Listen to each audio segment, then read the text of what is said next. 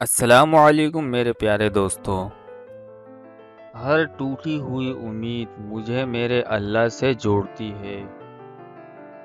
جب آپ کا دل درد سے بھر جائے اور آپ آنکھوں میں بے تحاشا آنسو آ جائیں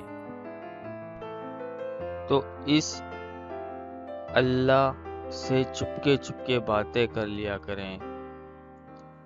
وہ سب جانتا ہے لیکن آپ سے سننا چاہتا ہے۔ جب آپ اللہ کی خاطر اپنے آپ کو برائی سے دور رکھتے ہیں تو وہ آپ کو دوسروں کے ہاتھوں رسوا نہیں ہونے دیتا۔ انسان چہرہ تو صاف رکھتا ہے جس پر لوگوں کی نظر ہوتی ہے، مگر دل کو صاف نہیں رکھتا جس پر اللہ کی نظر ہوتی ہے۔ زبان دراز لوگوں سے ڈرنے کا کوئی فائدہ نہیں، وہ تو بول بال کے اپنی بھڑاس نکال لیتے ہیں، لیکن ڈرو ان لوگوں سے جو سہ جاتے ہیں، کیونکہ وہ معاملہ اللہ کے سپرد کر دیتے ہیں، جہاں ناانصافی کی کوئی گنجائش ہی نہیں ہوتی۔ بیمار صحتیاب ہو جاتے ہیں، کھوئے ہوئے مل جاتے ہیں، مشکلیں آسانیوں میں بدل جاتی ہیں اور غم خوشیوں میں بدل جاتے ہیں۔ بے شک سب اللہ کے حکم سے ہے۔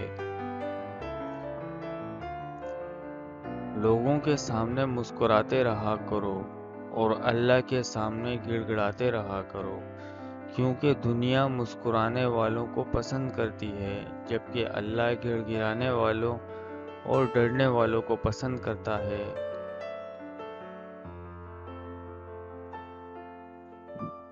ایک میری چاہت ہے اور ایک تیری چاہت ہے، ہوگا وہی جو میری چاہت ہے، بس اگر تو نے سپرد کر دیا اپنے کو اس کے جو میری چاہت ہے،